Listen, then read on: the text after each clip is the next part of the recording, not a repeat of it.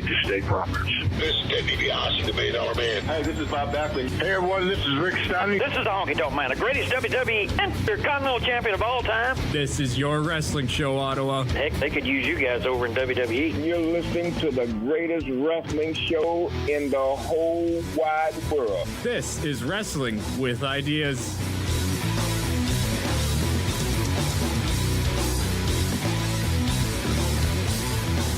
Welcome back inside the CKDJ studios here for Wrestling with Ideas right here on CKDJ 107.9, Ottawa's new music.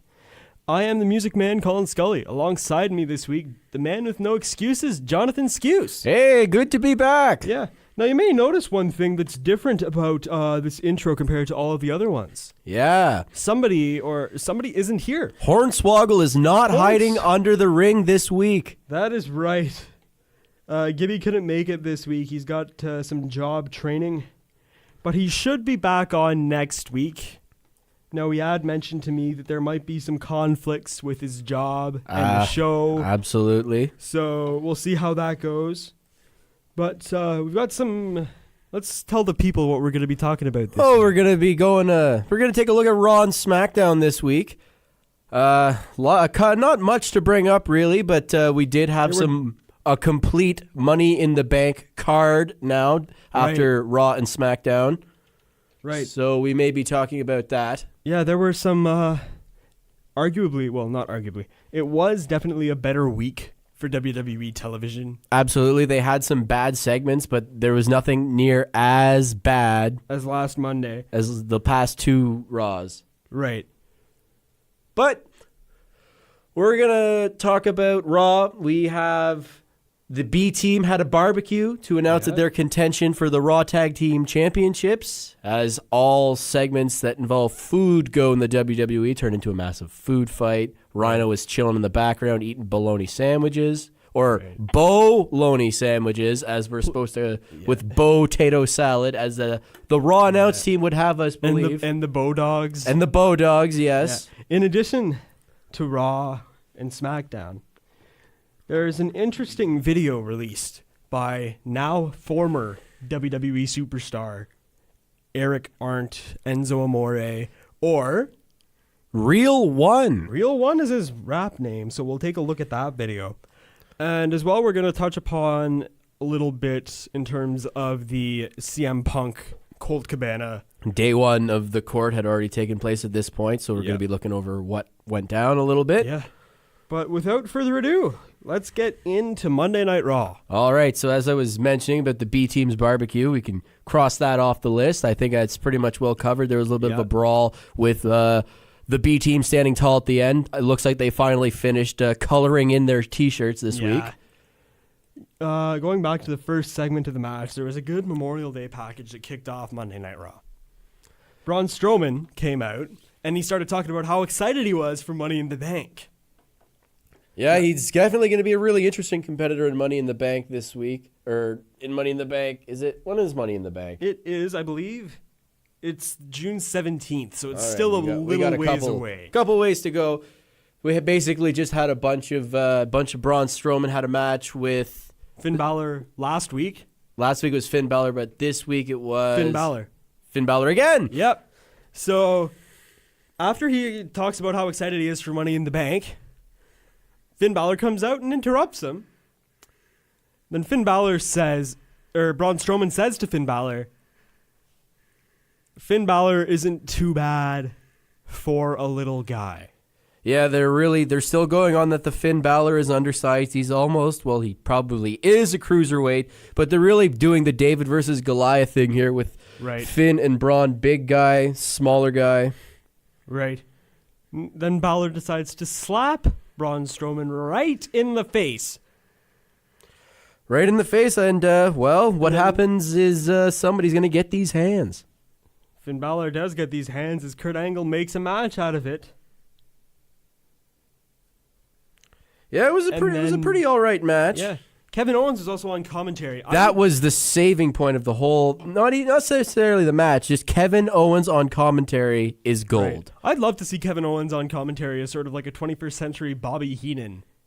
I don't know. Makes any sense? Like after he retires, he could do it. Oh, absolutely. In the future, I hope that he considers a career in commentating. Like not right now or anything. Like he's still got a good. Pretty much 5-10 like years in Corey wrestling. Graves. If something ever happened a la Corey Graves, I'd like to see Kevin Owens on commentary For sure.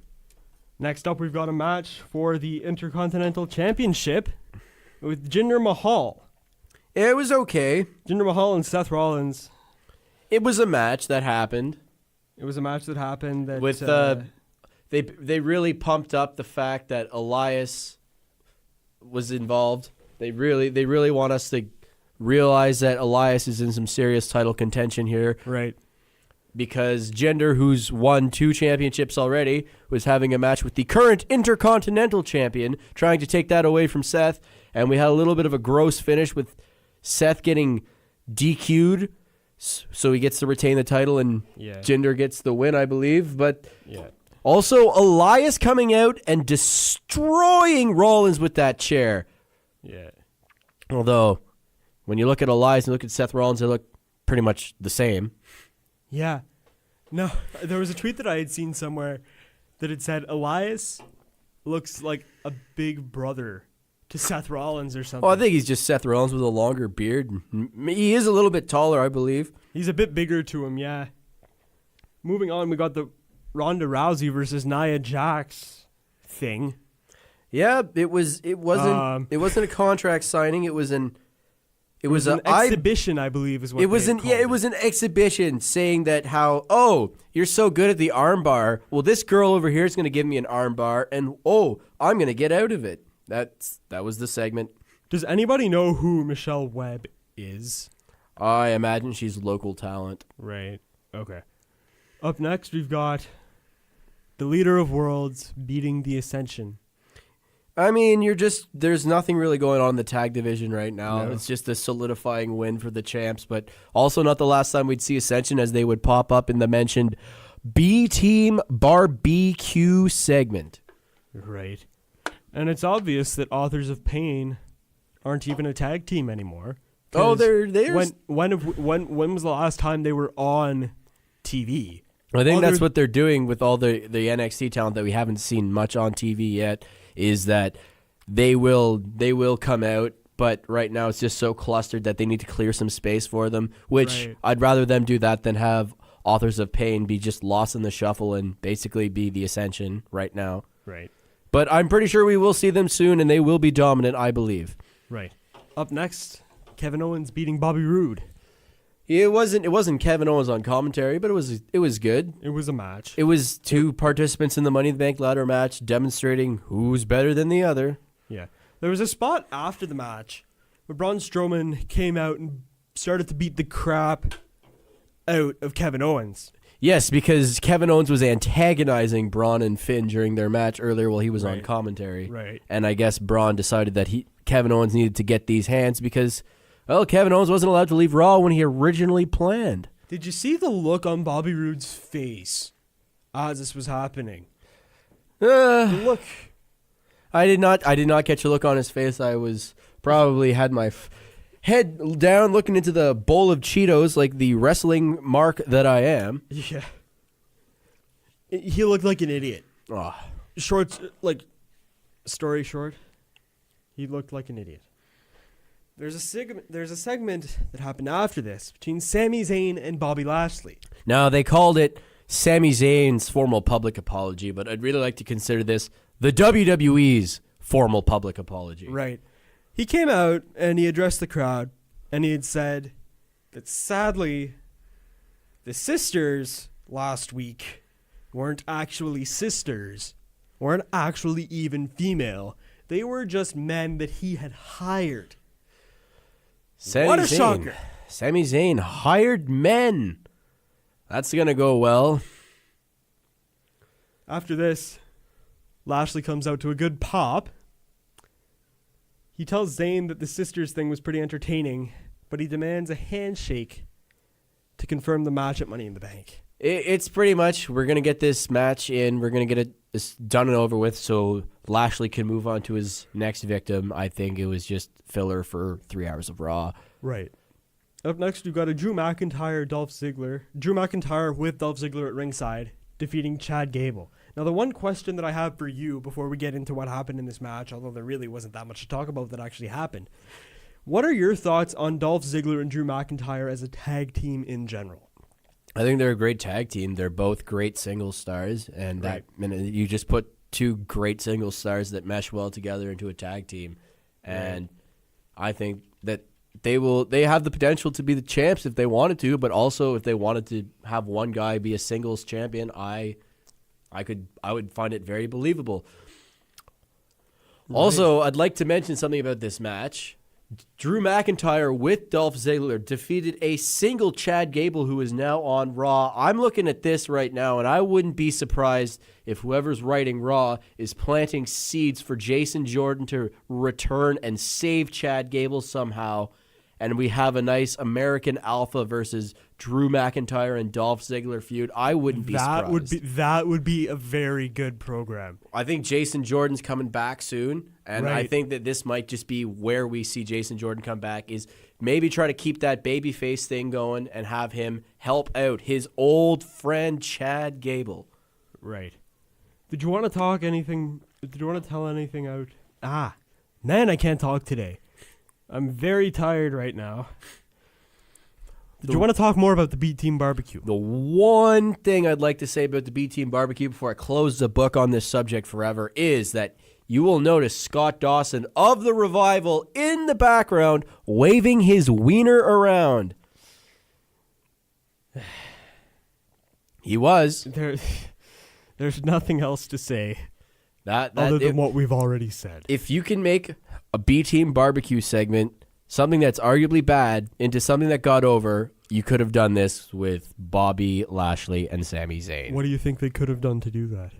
I don't know. I think they could have done something better than men, because I didn't expect much from a B-Team Barbecue, but I had a blast watching that segment. Right. It's almost like we were expecting more of the Bobby Lashley's sisters segment. Exactly. But it ended up being the other one that got over. Now, exactly. Here we go into the main event, quote unquote, of the match. Well, it was the main event of the night. It was the main event of the night. Yes, that's right. There you go. I still can't.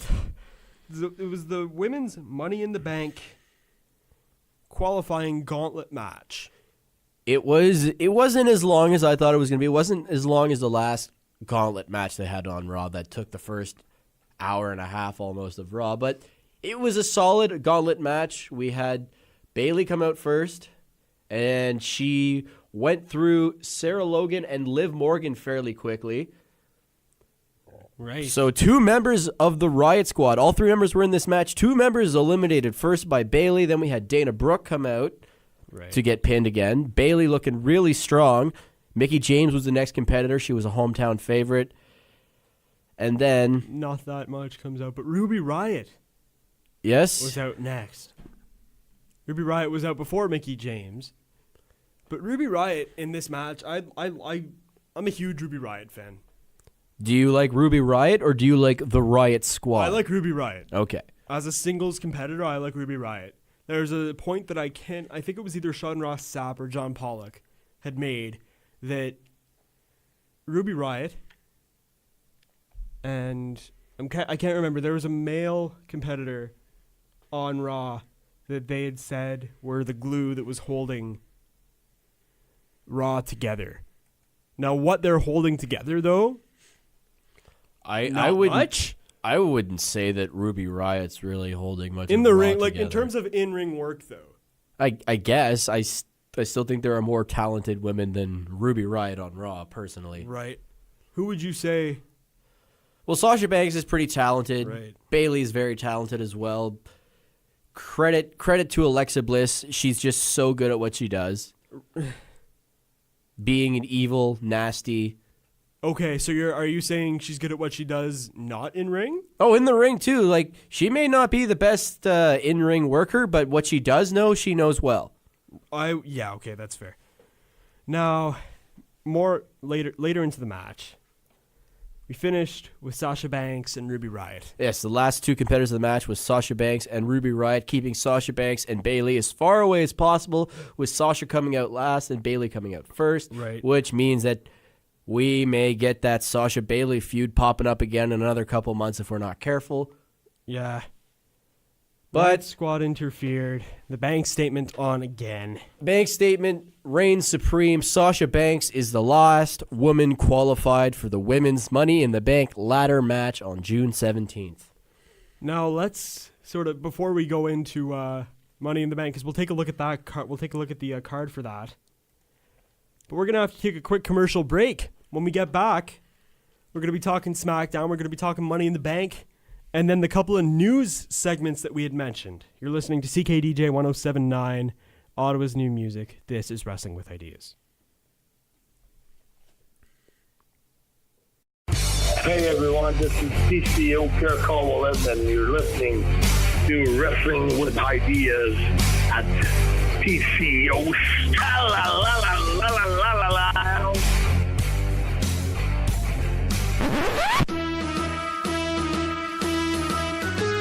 We're not the Mounties.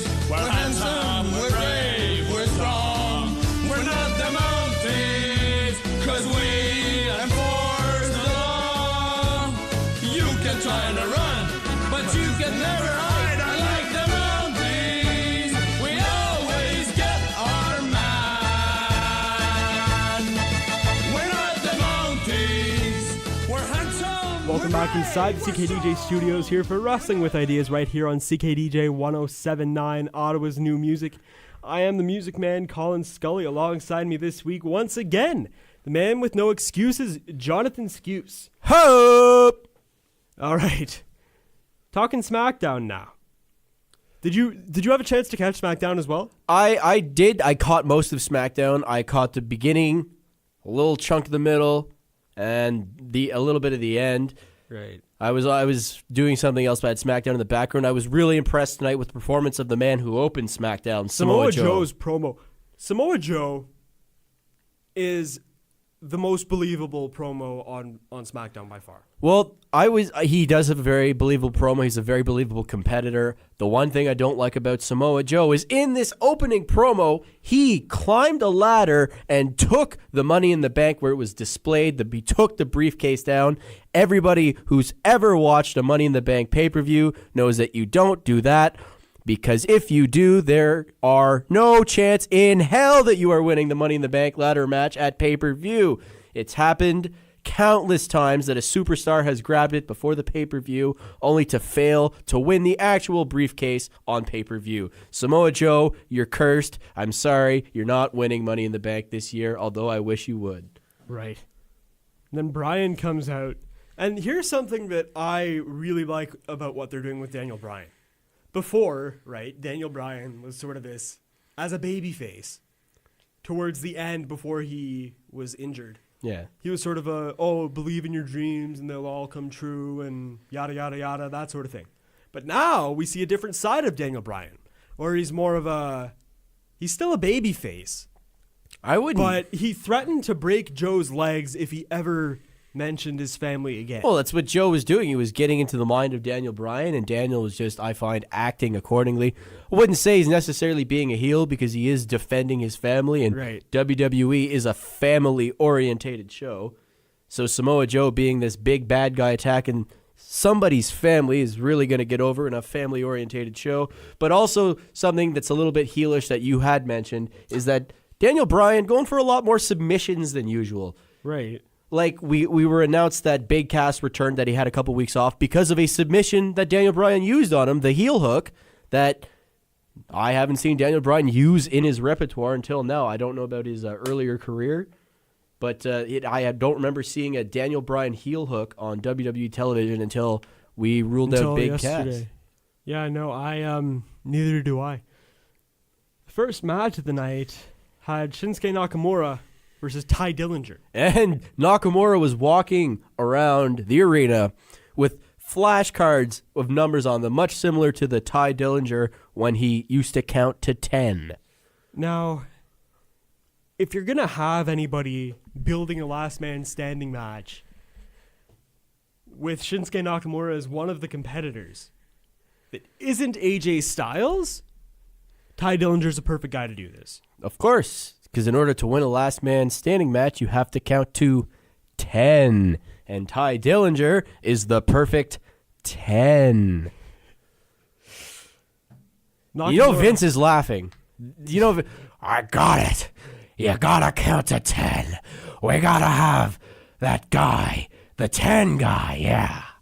We need to have you do some Wrestling with Ideas promos with the Vince McMahon voice. Oh, I'd love to. All right, we can do that after. That's why Ty Dillinger was involved, and that's why Shinsuke was walking around with the 10s. And, of course, Shinsuke Nakamura wins with the count out, the ref counting to 10. And then we go to the net. We catch AJ backstage. He said he's going to win. And then we had a little bit of a break. We cut off to a dance-off, Colin. Honestly, when I think dance-off WWE, I think you know where I'm going with this. Brodus Clay. Somebody call my mama. Yeah.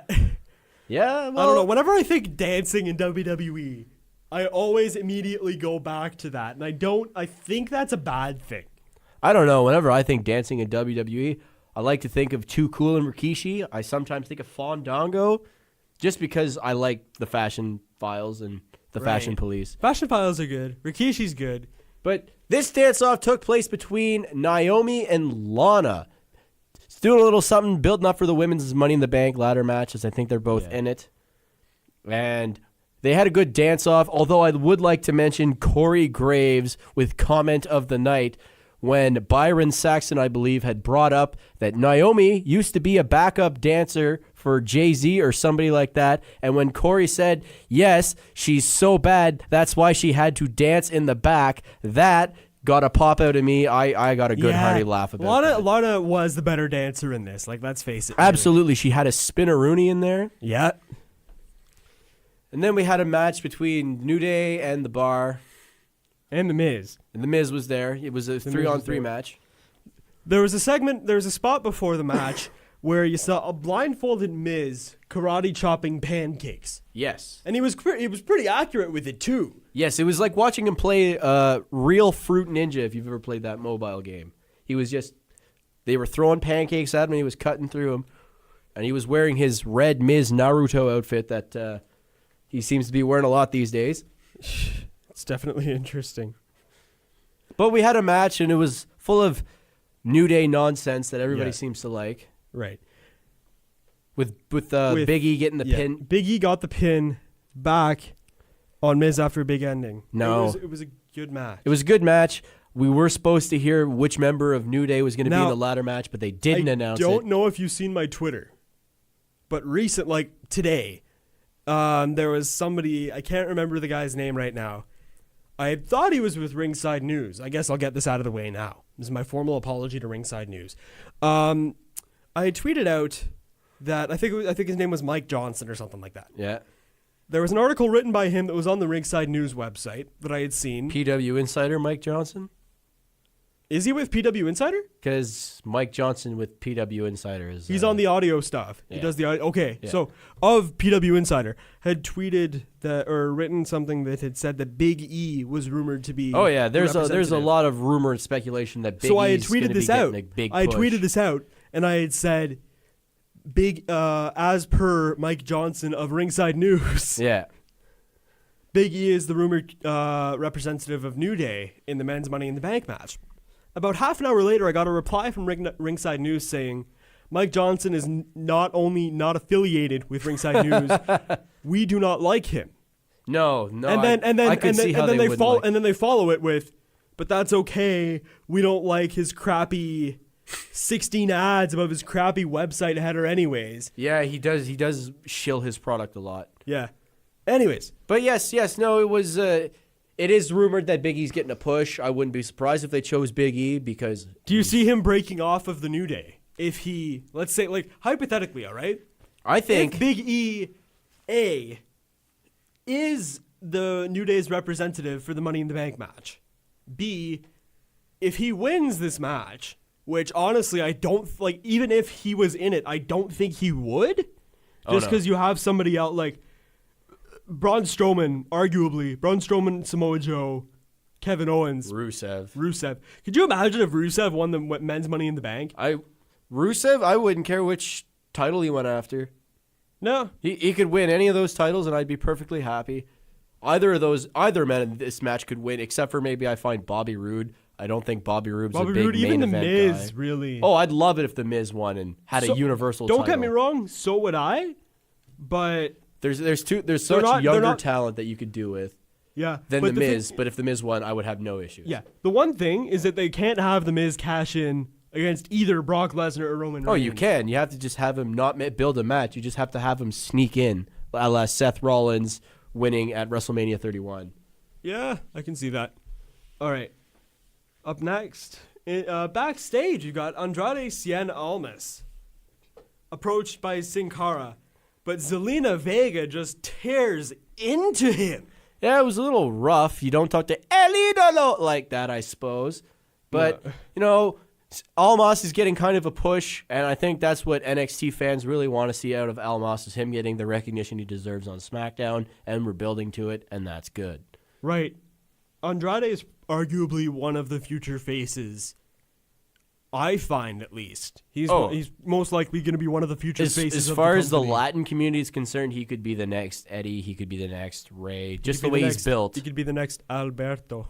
Just if you push him the same ways they have with those people in the past. Do you see them transitioning Zelina Vega into a personal ring announcer role? No. A la Ricardo I think Zelina Vega is going to be a manager, and if needed, a lot like Lana, because she can go in the ring. A lot like Lana, if they need her to wrestle, they will get her to wrestle. Welcome to the Dog Pound. Hoo, hoo, hoo, hoo.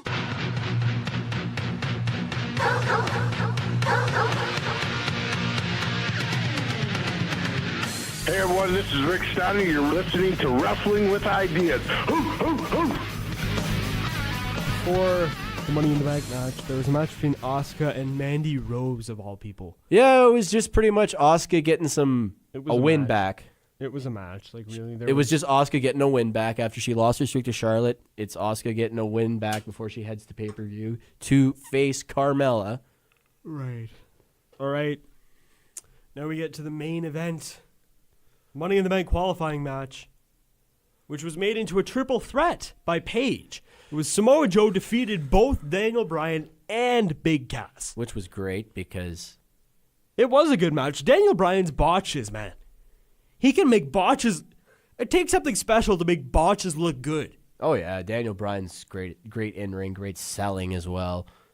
But the one thing, Big Cass, weakest member of this match, but talent-wise, you have to give him the nod because he tried to go with the big boys.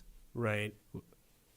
Bryan, and towards the end of the match, Bryan hit Cass with the running knee, but Joe puts... Joe got him in the Coquina clutch. Tapped out. Joe wins. Joe's going to Money in the Bank, but he's not going to win because he grabbed the briefcase before the pay-per-view, and now he's cursed. So let's go over the card that is... I think this is either close to being complete... or it will be. I think all that they have to announce is the pre-show, and then that's it. So let's go over the card first. We'll do some predictions as well for these. Alrighty, I got a little bit of a card here too for the show as well. So. All right. So the first match, now that it has been complete after the gauntlet match on Monday, we've got the women's Money in the Bank ladder match between Ember Moon, Charlotte Flair, Alexa Bliss, Becky Lynch, Natalya, Naomi, Lana, and Sasha Banks. Yes. I'll let you predict first. Well, I think that they might just pull the trigger on Ember Moon and have her win. I'd like to see Becky Lynch win it. Right. She needs a little something going on right now. She's not being buried, but she's not being used to her potential. So I'd like to see Becky Lynch win. But as far as predictions, I'm going to say Ember Moon is going to take the briefcase. Right. I am of that opinion as well. But I do believe that Becky Lynch needs something. She deserves to win this match. She deserves something for all her talent and what she's been doing. As of late, she was one of the pioneers of the women's revolution. Oh yes, and now you've got it to the point where she's barely doing anything. So 6 women tag matches. 6 women tag matches, man. All right, next up, the men. The men's Money in the Bank ladder match featuring Braun Strowman, Finn Balor, The Miz, Rusev, Kevin Owens, Bobby Roode, Samoa Joe, and a member of the New Day to be announced. All right, I'm gonna take this one first. And here's where it starts to get muddy for me, because most of my favorite competitors that are in the WWE right now are on this card, are in this match, with the exception of the Daniel Bryan. Yes. I want to see Finn Balor win. I think Braun Strowman is probably going to win this. The dark horse, I'm going to go Kevin Owens on this. Yeah. Kevin Owens or The Miz. But Big E, if Big E is in this match, I would argue a case to say that he'd be the underdog. Man to watch in this match is Big E if he's in it. If he's in it. Because I think that Big E is going to win the briefcase, and he might even win a title just by having the New Day stomp out whoever has the title, and then he just rolls up the pin. So do you think that if he wins the briefcase, if Big E wins the briefcase, I think he's keeping the New Day together, and they're going to be why he wins the belt. and I don't know. he pitches them after? I don't know what's going to happen after, but I'm pretty sure if Big E wins the briefcase, he's keeping the New Day, and that's how he's winning, is by New Day beating up whoever is the champion. But as far as official predictions go, I think it's going to be Finn Balor who wins the match, because Finn Balor, I think WWE knows that he was rightfully the first Universal Champion, and he hasn't had his rematch yet. So if you give him the briefcase that he can cash in on Brock anytime he wants, I think that's a good consolation prize. That's an exciting match, Finn Balor versus Brock Lesnar. It's a good consolation prize for Finn Balor too, because even if he loses, he gets his shot back. He gets his rematch. So my official prediction is Finn Balor. Right.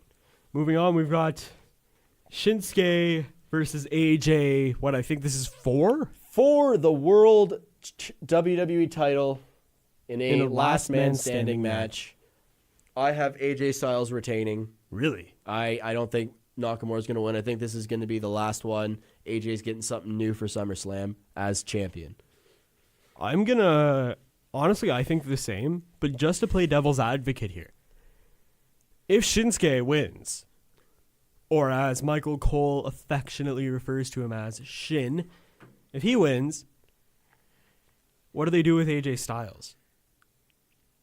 He has to chase for his title for a month or two, and then win it back at SummerSlam, and then have Finn Balor cash in. I don't know if he'd win it at SummerSlam, but that's the best thing, because if Finn Balor would, if he won Money in the Bank, he would cash in on AJ, right? In sort of a Bullet Clubby kind of thing. Could you imagine having AJ as the champion, or having Shinsuke as the champion, and then having Finn Balor cash in on Shinsuke? Yeah, because they've had good but matches having AJ too. Styles run out, like, picture this, all right? We're getting into some more fantasy booking here. I love John and I. We love the fantasy booking. Imagine this, right? Let's pick any pay-per-view that's feasible for something like this. You have Shinsuke Nakamura in a singles match, unrelated completely to the WWE Championship. Yeah. But Shinsuke is still the WWE Champion. Yeah, non-title match. After this, or it could be on Raw or something even like that, or SmackDown. And AJ Styles, still salty after losing said championship, comes out and attacks him. A little heel turn, perhaps? Little AJ Styles heel turn. But then Finn Balor comes out and cashes in his Money in the Bank. Yeah, and stealing it from AJ, that'd be a nice feud. You could also get a nice feud out of Finn Balor versus Shinsuke Nakamura. That's some good wrestling, too. Well, they've got some history. Well, all three guys in this all picture three guys have history, and they've fought each other before, and they know where to take the other person to, how to take the other person to the limit. And you can get a good feud out of any two of those three guys. Right. Moving on, we've got Nia Jax versus Ronda Rousey. I think Nia Jax is going to retain her belt. I don't know if she's going to win the match, but I know she's going to retain her belt. Maybe she'll get out of the first arm bar, say her arm hurts, and walk backstage and lose via countout or something. Maybe there'll be some interference. Right. Maybe there will be a cash-in. I don't think Ronda Rousey is getting the title this soon, but I don't think Nia Jax is going to get a clean win either. Honestly, I think I'm of the opinion that Ronda Rousey needs to win this clean to save her stuff, because she's already in danger, I find. I don't think she's in danger. She's the company. The company hasn't lost faith in her, whether the fans have or not. So I wouldn't be surprised if we hold off on Ronda for a little bit. Yeah. Moving on, we've got Carmella versus Asuka. Oh, I don't know. I want to say that Carmella's going to retain the title rather, but I don't think, with my prediction of what's happening to the Raw Women's title, I don't think they do it to the SmackDown Women's title either. So I'm going to say that Asuka wins the championship here. I hope to God, for the sake of the SmackDown Women's division, that Asuka wins this. Because putting a belt on Carmella is the equivalent of doing something like giving Perry Saturn the mop. Or giving... No, putting the belt on Carmella was WWE realizing that they had this revolutionary women's Money in the Bank ladder match that was tainted by a man winning it. Never forget, James Ellsworth won the first women's Money in the Bank ladder match. Isn't it interesting that he won the first women's Money in the Bank ladder match, and now he's intergender champion? He's intergender champion. He's not even in the company anymore, so they had to do something about that. So what they did is they had Carmella win with minimum help from James Ellsworth. And then when the company got rid of James Ellsworth because they had nothing to do for him, they forgot. I think they honestly forgot that Carmella was the women's Money in the Bank holder. So when we got closer and closer to Money in the Bank, WWE said, we're getting close to a year. We got to get this briefcase off this girl for next year. Yeah. And I think that's what happened to Carmella. And it's unfortunate that she got caught in between Charlotte and Asuka, but I think that's what happened, and I do see Asuka winning. I am not a fan of Carmella's in-ring work at all. And she had the great potential to be a champion, but did. she didn't cash in when she should have. Agreed. Like, if she had cashed in, let's say, 6 months ago. If she did what if she's there was doing something, now, if she didn't cash in, like if she cashed in when Asuka wasn't in the title picture, if she cashed in before the Royal Rumble, if she cashed in when Asuka was on Raw, yes, there you go. Then that would have made okay. sense, and that would have been but no. And then, of course, the next match, which isn't going to lift spirits any higher, is the fans' not favorite Roman Reigns versus my favorite Jinder Mahal. Okay, here's a question that I have for you. Really? Yeah, I really like Jinder Mahal. I like how I'm not a big fan of his in-ring style, but everything else about Jinder, the way he cuts promos, what his character is, I absolutely love Jinder.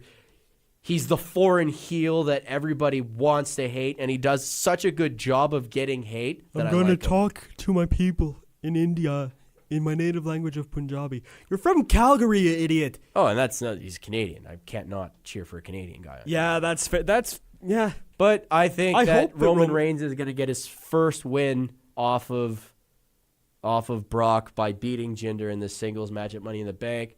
Because as much as Vince McMahon likes Jinder, I think Vince McMahon likes Roman more, and Roman's gonna get some credibility back after losing to Brock. I think Roman wins, unfortunately. The one question that I have for this match is just, why are you putting this on a card? Other than like, you have the build up, sure, from the past couple weeks. Well, they need a credible opponent for Reigns, and Jinder was just the U.S. champion, and so that makes him a credible opponent to anybody. And because they want to make Roman look convincing, a win over a credible opponent like, air quotes, credible opponent like Jinder, that's why we have this match. All right. It could have been Reigns versus Lashley. It could have been Reigns versus Kevin Owens. I would have loved Reigns versus Kevin Owens is a good match. It is a good match, but you have Kevin Owens in the ladder match. They couldn't really do that. And if Kevin Owens wins the ladder match, it shows that they had something planned, and that's why right now we have Jinder Mahal versus Roman Reigns. Right. Hopefully it doesn't carry over to SummerSlam. Hopefully not. All right, moving on. We've got the Bludgeon Brothers as tag team champions versus Carl Anderson and Luke Gallows. Oh, I am a huge fan of both of these teams. I'd like to see the club win it, but I think the Bludgeon Brothers need a win over somebody that isn't the Usos and the New Day if you're doing anything with a tag division on SmackDown. The Bludgeon Brothers keep this title, but you keep the Good Brothers looking hot because they're just so talented, and right now they are on the top of like they are number 2 in the command because the New Day and the Usos have already had enough chances. Right. I agree with that. I think that the Bludgeon Brothers will retain. I just before we get into the next match, I never thought that I would find myself saying in 2018 that Luke Harper and Eric Rowan are SmackDown Tag Team Champions. Yeah, I didn't think it would take that long. I'm surprised that it took this long because but every member of the Wyatt family, air quotes, has a championship because Braun Strowman had the title that they gave him for winning the Greatest Royal Rumble. Bray Wyatt, I think, was NXT champion. No. Bray Wyatt, like as of right now, Bray Wyatt is a Raw Tag Team champion. The Bludgeon Brothers, Eric Rowan and Luke Harper, champions on SmackDown. And Braun Strowman got a title from winning the Greatest Royal Rumble, so they all have a championship. What about Daniel Bryan? Well, Daniel Bryan kind of left. Yeah. Anyways, the last match. The match that absolutely nobody... Well, at least myself, I don't want to see this match. I probably... This will be the match where you go to the bathroom, get another beer, get some more chips. It's Bobby Lashley versus Sami Zayn in a match. And I think we both have Bobby Lashley going over. Yeah. Yeah, we're getting Bobby Lashley. Maybe he's going to be the blind... Maybe they're going to feed him to Lesnar. Right. And he's just going to get a win. Right. All right. We're going to take a quick commercial break. And after this, in the next segment... Recently, I just got off the phone with the world's most dangerous man. Ken Shamrock called into the show. We talked a lot about his time in WWE. We went over most of his 2-year stint with the company. We also went over his upcoming Q&A show at Yuk Yuks in Ottawa on June 5th, next Tuesday. You're listening to Wrestling with Ideas right here on CKDJ 107.9, Ottawa's new music.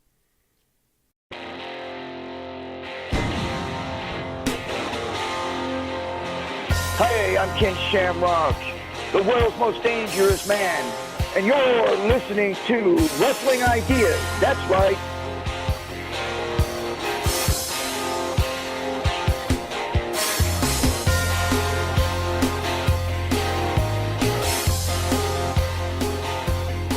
Welcome back inside the CKDJ studios here for Wrestling with Ideas. As always, I'm the music man, Colin Scully. And on the phone with me today, we've got former WWF Tag Team Champion. We've got former, I think it was a 1998 King of the Ring, former WWF Intercontinental Champion, as well as one of the first ever inductees into the UFC Hall of Fame. We've got the world's most dangerous man, Ken Shamrock. Ken, how's it going today? Good. I'm doing well. How about yourself? I'm doing well. So as per usual on the show, the first question that we always ask the people that we're interviewing, how did you get into the wrestling business?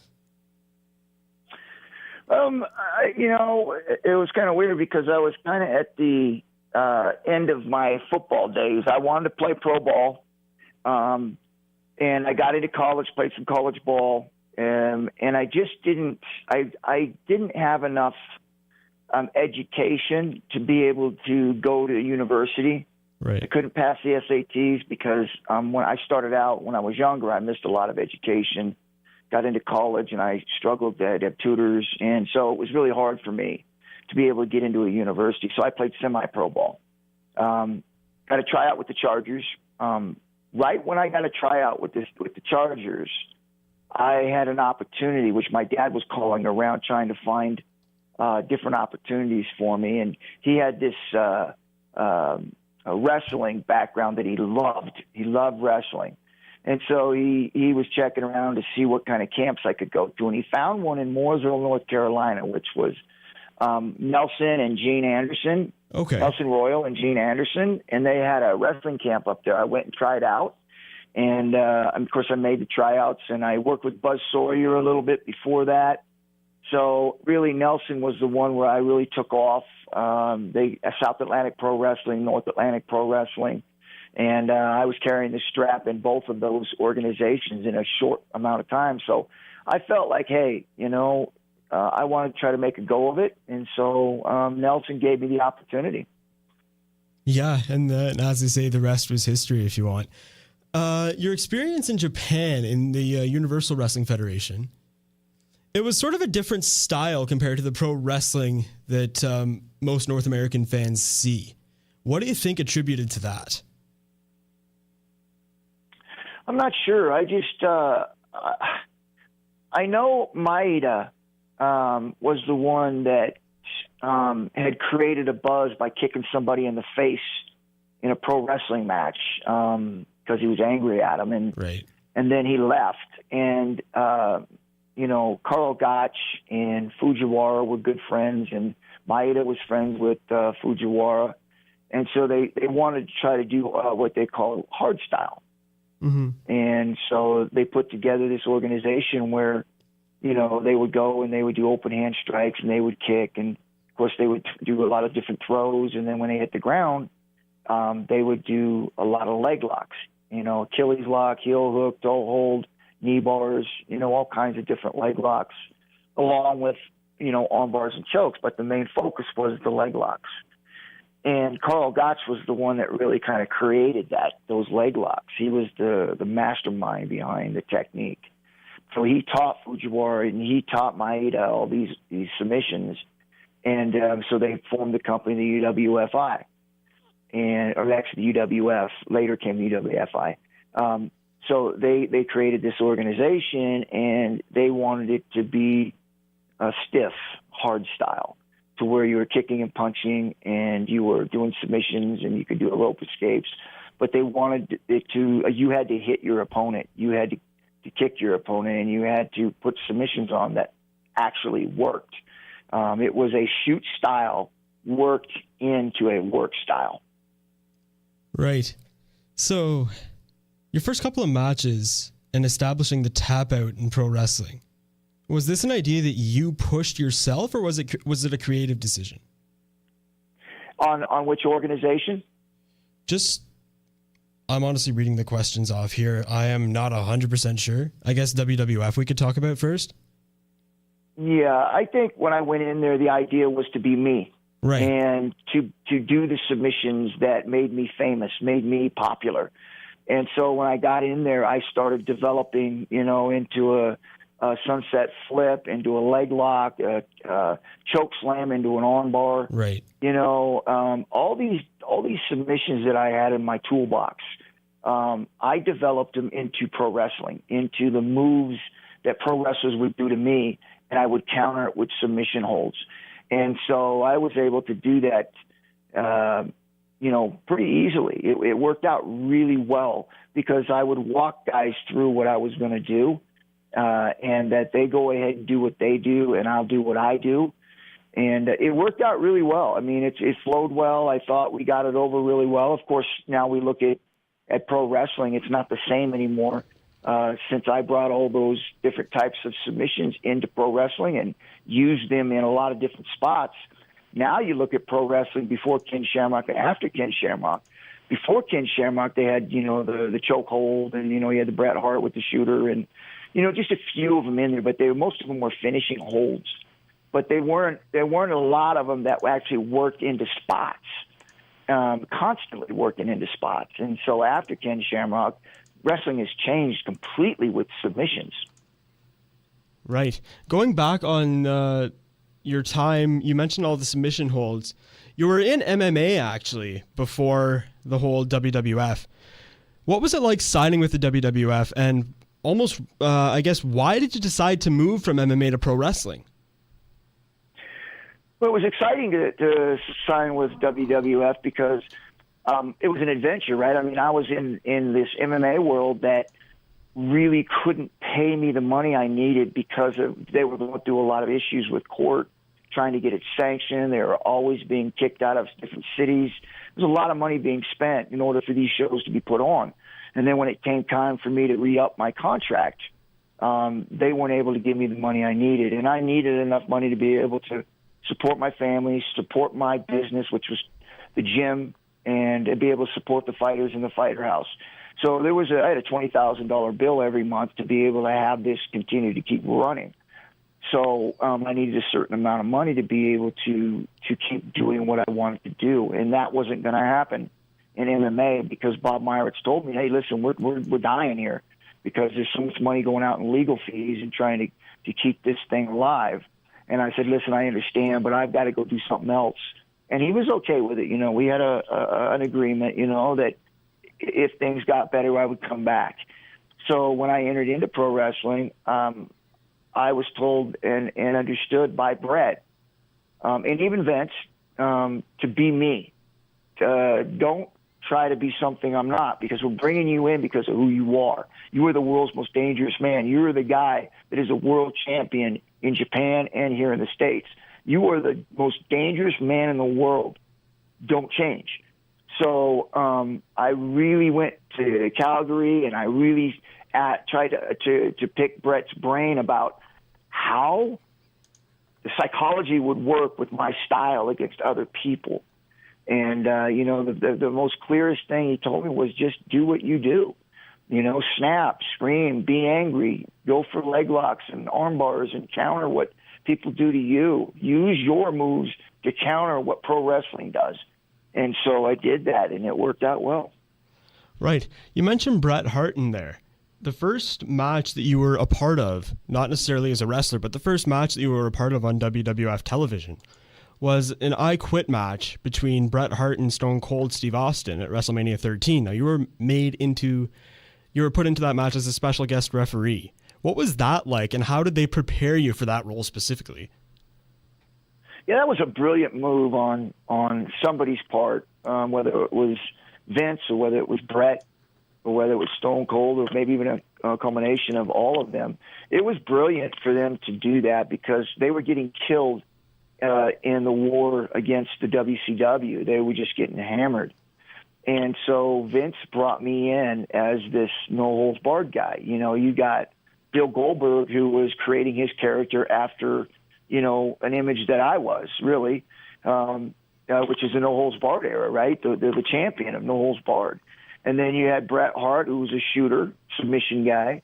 You had Stone Cold, who was basically portraying the same thing as a bare-knuckle fighter, toughest son of SOB, I don't listen to nobody, I go and beat everybody up, and he had that era about him. So, Vince was going, hey, at least this is what I think, that we got to change the direction because all our superstars are with WCW. So now we've got to change the direction we're going. We need to push the envelope. We need to push the boundaries of TV on what we can and can't do on TV. And so bringing me into that match, I was a little skeptical because here I was, this guy in the real world, being a guy that had been dominating over in Japan and dominating here in the U.S. with no holds barred in mixed martial arts. I was it. I was the champion in both. And I leave that and I go into pro wrestling, and I'm thinking to myself, when they put me in there with Bret and Stone Cold, I didn't mind if I was wrestling because I could make it look however I wanted it to. But now I had to go in and ref two guys that I didn't know that well, that I knew who they were and I knew they put on good matches. But at the same time, I'm thinking to myself, if one of their punches don't land, I can't sell it. I mean, I don't know how to do that. I'm real. And I just don't know how I'm going to be able to portray that. And so I was a little bit nervous going into it. And so when the bell rang and the match started, we were probably 5-8 minutes in, and I completely lost all of that doubt because they were beating each other. They were literally taking each other to a point to where they were trying to make each other say, I give up. And I was so impressed with that match and the match that they had that I was a fan refereeing it. Right. Now, were you hoping for your debut wrestling match in WWF to be at WrestleMania 13? No, I didn't. I was basically, I just gone in there with an open mind. Right. And basically was looking for an opportunity to be able to show what I could do whenever that time was. Right. Now, you mentioned the opportunity to show what you can do. Later on in 1997, you had some great matches with both Bret Hart and Shawn Michaels. At that point in time, were there any plans to put the WWF title on you? And again, this is all rumors. Vince never came to me and said, we're going to groom you for the title. And never ever said that to me. But I did have words from Bret and even Stone Cold. Not about putting the strap on me, about probably working a program with me for the strap, which means sooner or later I might have got it. And I know Bret had mentioned about dropping the strap to me. Like, he didn't want to drop it to anybody else but to me, and which was an honor. I felt very honored in that. But I didn't realize that it was going against what Vince wanted. I had no idea. Bret was the one had mentored me, so, I basically was following his lead. And so then when the screw job happened, I was kind of stuck in between Bret and Vince. And, you know, Bret was the one that mentored me, helped me get started, you know, and I owed him, right? And so when that happened, I mean, I stood on Bret's side, but not against Vince, but just to support Bret, not to support my support against Vince. It was more of a support for Bret. And I guess it looked like I was against Vince, and that's just not the way it was. But, you know, Bret was a friend of mine. He worked with me. He helped me. And I wanted to be there to support him during this time of this thing that happened to him. And, you know, in my opinion, I thought, you know, I was in an organization that was really growing. We were in a good time. And then when that happened, I thought to myself, they just screwed themselves, because now what they did was that they created now this distrust in the organization itself, in the management and the ownership, because they allowed somebody who was a superstar and another superstar screw this guy in the ring by quick counting him along with the referee and everybody else that was involved, and screw him over on that. And even though I don't know what happened with Bret, and okay, he may have been a jerk to Vince. I don't know everything that happened, but I know the way they handled it was that they really messed up when it came to fighters and wrestlers and people who are performing in there to trust one another now, because now they've opened the door to people to be able to screw one another. Right. Going a little bit further into your career with the WWF, early 1998, you had a feud with who was at the time the Intercontinental Champion, The Rock, along with the Nation of Domination. There was a disqualification loss at Royal Rumble of 98, and then there was a victory that had happened at WrestleMania 14 that you had reversed after you had your ankle lock on him after The Rock had submitted. This feud was arguably one of the better feuds of the Attitude Era. What did you think of it yourself? That was one of my favorite times, and my favorite memories was my working with The Rock. I thought we had a great program. I thought we both elevated ourselves to that next level, to be able to be in the mix of working with the great ones for the heavyweight title. Unfortunately, Rock was the only one that got an opportunity to really work for that title and get it, and I'm happy for him. But I just felt like, you know, I was cut short. For whatever reason, you know, whatever reasons there were, it just stopped. And I'm not sure if it had to do with because of what happened with Bret or other things. I don't know. I can only guess, because no one's really explained it to me or why it happened the way it happened. But it is what it is. I never really got to run. I was on fire. Only been there a year and a half, and I was already wrestling for the heavyweight title in different matches with Shawn and Stone Cold and Bret. And so I had opportunities to wrestle, but never worked a program. It was a one-shot deal, and then moved on. So I felt like I was being groomed because of those one shots, because of the King of the Ring, because of the Intercontinental title, because of the Tag Team title. I went through all of the belts. The King of the Ring is usually the next step to walking in and challenging for the heavyweight title. And it never happened. I thought I was going to follow The Rock up and work, because we had such a good time with our angle. Like you said, it was one of the better matches and angles that were going on at the time. And I thought for sure that once he went up there and he took the title, that I'd be chasing him up there for that title. Right. Now, after that, there was a feud that had happened with Owen Hart. Now, this feud especially is vital to the history of the Attitude Era for one specific reason. There's a match that came out of that is now infamous and is linked to your name whenever anyone WWE related talks about you. The Lion's Den match. First question, how did that come about? A match of that insanity. And what was it like working in that match, the initial match at SummerSlam? Yeah, it was fun. I know they came to me the first time. They wanted to build this cage, and they kind of wanted to put me back in my element, right? To add a different flavor to our big shows. And so when we did the first one, we went in there and we worked. And we had a great match, even though you couldn't bounce off the ropes. Some of the things, well, what are you guys going to do if you can't go outside the ring and you can't bounce off the ropes and you can't do a lot of things? And I said, well, we just use the ring, we use the cage, and we'll run up the sides and dive off the side of the cage, and we'll improvise. And so we did, and I thought all the matches that we had in there were awesome. They were good. They were solid matches. And then they started adding weapons at the top when I did with Steve Blackman. They started adding the weapons to the top of the cages where you can go up the side of the cage and get a weapon. So it was, like I said, I really liked the way that they were writing and the angles that they were bringing. They were really creative and they were exciting. And it was fun. I mean, it was really a lot of fun times there. Right. Now, going past 1998 into October of 1998, you had a heel turn, and then you ended up beating X-Pac for the Intercontinental title. But then towards the end of that, you formed the Union alongside Big Show, Mankind, and Test, which was in opposition to the corporate ministry. What was that stable like?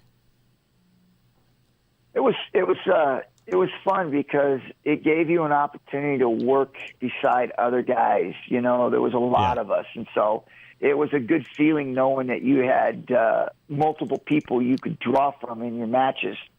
And it was real fun, too, to be able to work matches and be able to work off other people, what they were doing, and build on top of it. So I think that was the important part of doing those bigger matches, understanding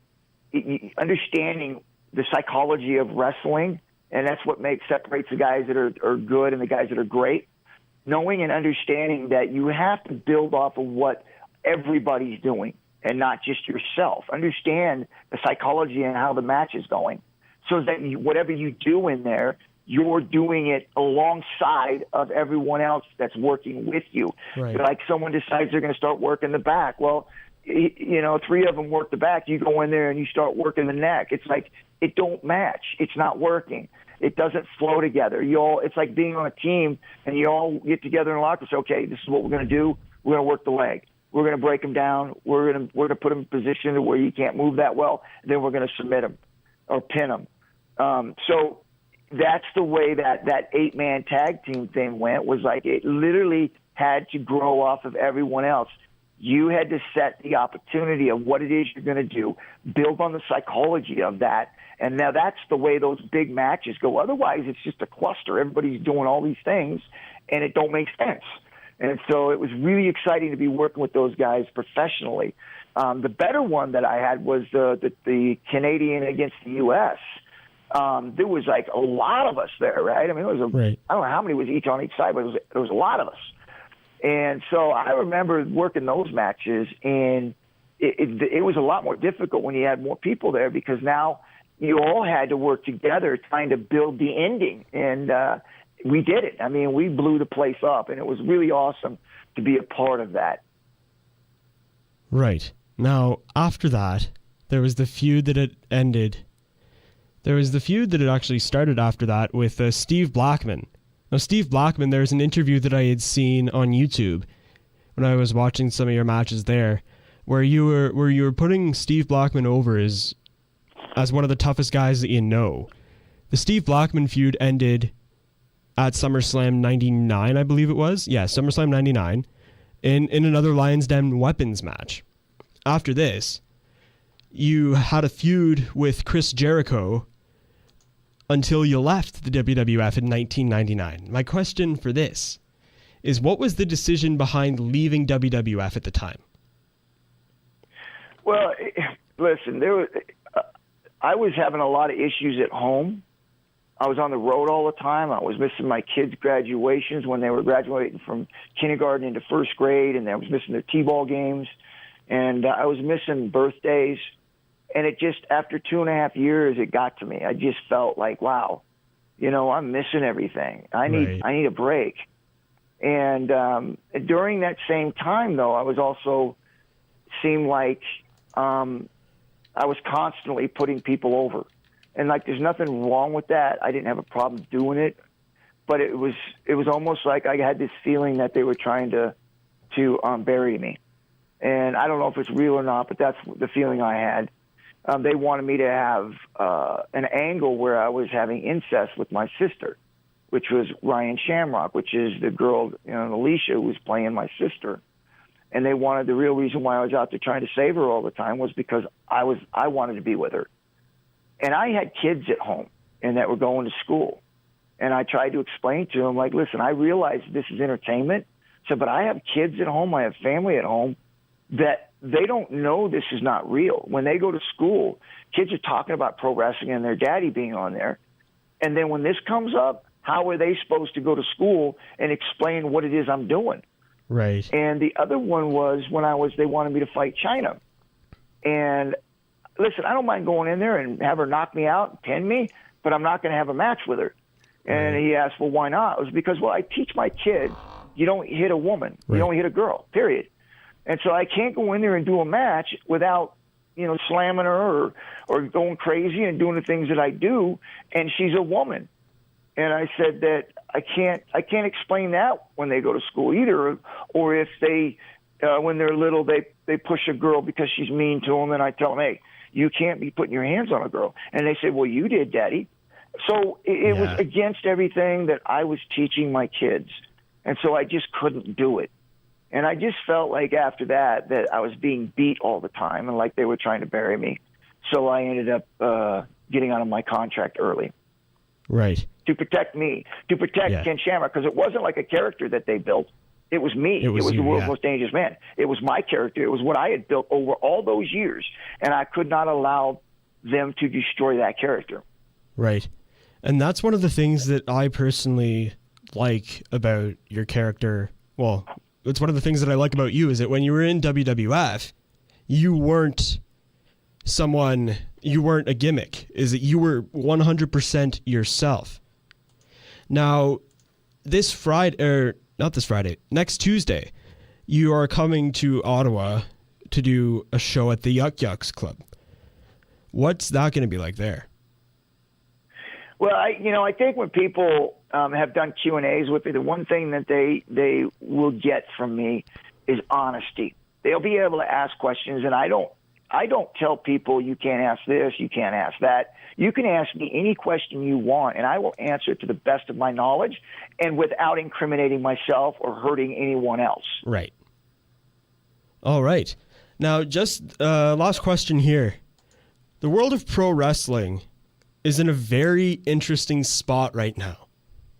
With things like last week's Raw segment with Sami Zayn and Bobby Lashley's quote-unquote sisters, with that not being necessarily the best representation of it, what are your thoughts on pro wrestling right now as a whole? I don't, it's difficult because I'm not in it. So It's almost like if I was to criticize it, I'm criticizing from the outside. So I would like to see more creativity, more stuff like we used to do when, the writing on the wall with developing this lion's cage with weapons on top, and then the dungeon and the iron circle of cars where, he went out and bare knuckle fighting in the circle of cars, and just some creativity outside the wrestling ring. Do stuff that will match Bobby Lashley, put him in the circle of cars and have him bare knuckle fight somebody. He looks intimidating as a bare knuckle fighter. Do something that is going to get the fans' creative juices flowing. Give them something other than guys going in the ring, flipping their hair back, looking good and doing high-flying moves. Get to some attitude stuff. Get to, beatdowns and just write things that are not all the same. Right. Well, Ken Shamrock, the world's most dangerous man. At the time, you were one half of WWE or WWF at the time, Tag Team Champions, along with the Big Boss Man. You were WWF Intercontinental Title, 1998 King of the Ring, and one of the first inductees into the UFC Hall of Fame. Thank you so much for calling into this show. Hey, appreciate you guys having me, man. Really enjoyed it.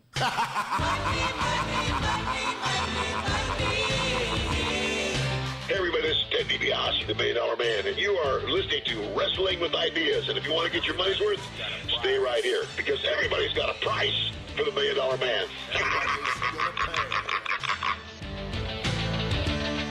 Because the $1 Million Man always gets his way. Welcome back inside Wrestling with Ideas, right here on CKDJ 107.9, Ottawa's new music. And just before we wrap things up for the week, there's still a couple things that we've got to sort of mention and touch on. Cover up here. Enzo Amore. The Real One, as he's known on WorldStarHipHop.com, just released his new single entitled Phoenix. With a video to complement it. It was a good video. I'm not going to say it was a good song because I have zero opinion on rap. I'm not a big rap guy, but I did watch it as just to see what Enzo's doing, how his rap career would turn out. It was a good video. I'd say it was a rap video. It was a solid 5 out of 10 for me. Yeah. Nice to see him out and being himself again. Yeah. I listened to some rap, and I can confirm that this is exactly what today's rap is like, more or less. It's average. I enjoyed it enough, although I was a bit. It was a the video is just like it was. You could definitely tell that Enzo Amore was in this video. This video, it is a diss track. If you haven't seen it, it was a diss track about Enzo, and he was an angry Enzo, or Real One, or Eric Arndt, as he'd probably prefer to be called now. And he was addressing all the fans and his haters and us internet wrestling fans that he loves so much. And it was a very angry, swearing-filled Enzo Amore rap video. Right. But if that's your cup of tea, I suggest you go check it out. I think it's on YouTube. Right, it is, yeah. As well, there's some interesting things going on in the world of WWE and the law. Of course. We just coming off day one of the CM Punk and Colt Cabana versus Dr. for Chris Amann trial. Now, allegedly, what's going on with this is CM Punk is suing Dr. Chris Amann for mistreating or not treating at all CM Punk. I believe of his staph infection. Yeah. I believe. Yeah. And he was a WWE hired doctor. I don't know if he is currently, but I'm not sure. He was at the time Yeah. employed by WWE. That's right.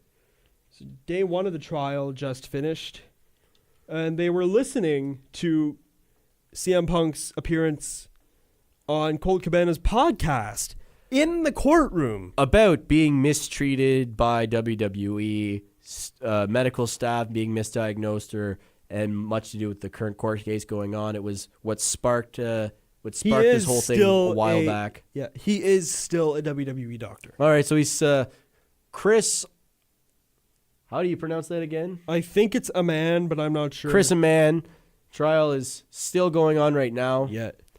It'll probably be going for a while, but it has begun. The jury has listened to the podcast in which the claims are laid that CM Punk has been mistreated. And it's still very early to see what's going to happen, but I'm interested because WWE probably has some good lawyers and CM Punk probably has a very strong case. Right. With that, we're going to wrap things up here on Wrestling with Ideas. You can follow me on Twitter at CD_TheMusicMan. You can also check out episode 6 of the Parts Unknown WrestleCast. John, did you want to hop on that as well?